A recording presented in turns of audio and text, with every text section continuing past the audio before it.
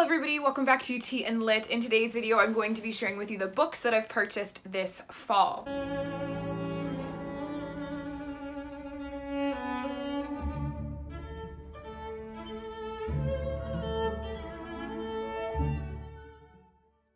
So these are not in any particular order, and there is one that is on order but hasn't arrived yet that I will mention to you here also. So the first book is Shirley by Charlotte Bronte. I'm hoping to get to this book a little bit later this month. I'm filming this the beginning of October, and it's part of my Booktober TBR, so I'm hoping to get to this, but I do have a lot of books on my bookshelf, so I don't know if I do have a lot of books on my TBR shelf, so I don't know if I'll be getting to it. This one is probably at the back end of books that I would get to this month, but I do hope I get to it. The next book is, did I say Shirley by Charlotte Bronte? The next one is The Taming of the Shrew by William Shakespeare. This, I think, is going to be my December Shakespeare read. If I am calculating that correctly, I think so. And I got this one because it's like one of his most popular comedies, and I will be doing a video soon about like where to start with Shakespeare, and this is one of the plays to start with. Next one is The Iliad by Homer. This would be our January 2021 group read.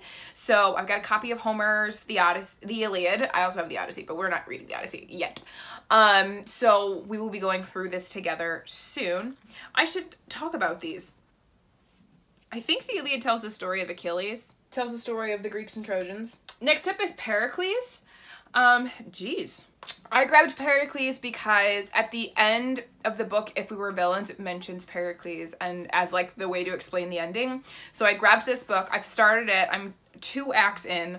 It's not my favorite, but I'm still getting through it. It tells the story of Pericles, the Prince of Tyre.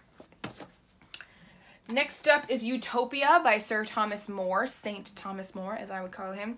And it's like the precursor for all the entire utopian and dystopian genres in literature, and it basically is like an explanation of how to like have a thriving society. So this is on my November TBR. We'll see if I get to it.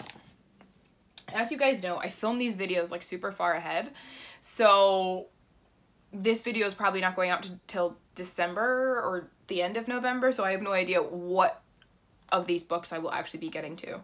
Next one is Aristotle's Poetics. Now this is a really stupid story, but I was trying to find books that I wanted to read for November. It's the election, so I wanted to do a lot of like political books, a lot of dystopian books, and I meant to pick up Aristotle's Politics, and I went to start reading it, and I was like, this isn't political, and I realized I grabbed his Poetics and not his Politics. So if you have seen my classic literature list, then you know I am severely lacking in poetry, so there we go. Got something. Next is Jane Eyre by Charlotte Bronte. I actually don't know anything about this book other than that it's like one of the great works of classic literature that one has to read, along with another one by her sister, which is Wuthering Heights by Emily Bronte. I really don't know that much about the Bronte sisters, other than they were all prolific authors. So I know that this is a favorite for a lot of people. I can't remember the YouTuber's name that I watched, but this is her favorite book, and she read a little bit of a passage from it, and it was so lovely, and so I grabbed that. The next one is 1984 by George Orwell. As you can see, it has already been well read through. This is our November read for our group read. By the time this video goes out, you probably have already seen those videos, so there's that one. And then the last one that I have here with me is Margaret Atwood's The Handmaid's Tale. I also plan to get to this at some point in November. We'll see how that goes. But basically this, I didn't explain this one. George Orwell's well, you've already seen it. George Orwell's 1984 shares a dystopic world in London, England, where the world is at perpetual war, and this state is in charge of everything and controls people's views on things. And it's just kind of a really ominous, terrifying, scary book. To go along with that is The Handmaid's Tale, which is a dystopian novel based in the United States. Margaret Atwood is actually Canadian, but basically is like, it tells the story of what would happen if basically the patriarchy lost control. Well, that's not the way I want to phrase that. If the patriarchy had all the control and women were basically used and abused, and they fell into different categories. Handmaids were just there to produce children and were raped in ceremony, and then the wives didn't do anything. They were just the wives. And then you had the Marthas, and they were there to do all the cooking and cleaning and housework. So that would be dreadful, obviously. So hopefully I get to this book. I have read it before, so probably at the end of the list of books that I will be getting to in November, but we'll see what happens. The book that I have on order is If We Were Villains by M.L. Rio. I read that. I read it in September? August? Put a video out for it in October. Absolutely loved it. It's what drew me to grab Pericles and get started with it straight away. So, but that book I bought new. All of these, oh, I should explain that. The Handmaid's Tale was bought new. I buy new books when the author is still alive. 1984 by George Orwell, I bought new, but that's because my used bookstore, I went several times and couldn't get a good copy that hadn't been, you know, handled excessively. The Iliad I bought from Keith because he found that he already had another copy, so I just got this copy from him.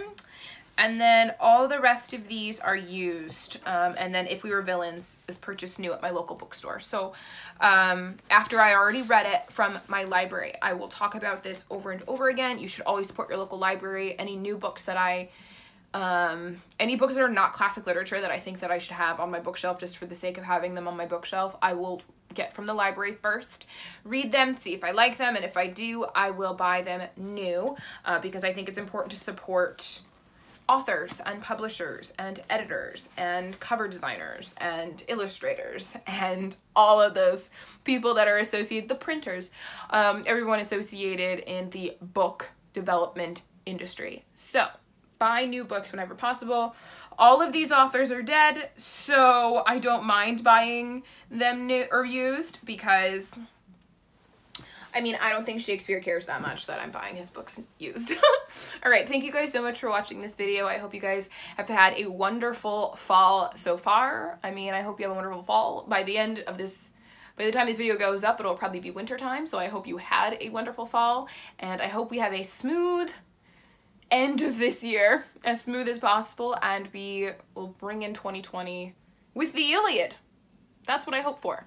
Okay guys, thank you so much for watching, and I'll catch you next time. Bye-bye.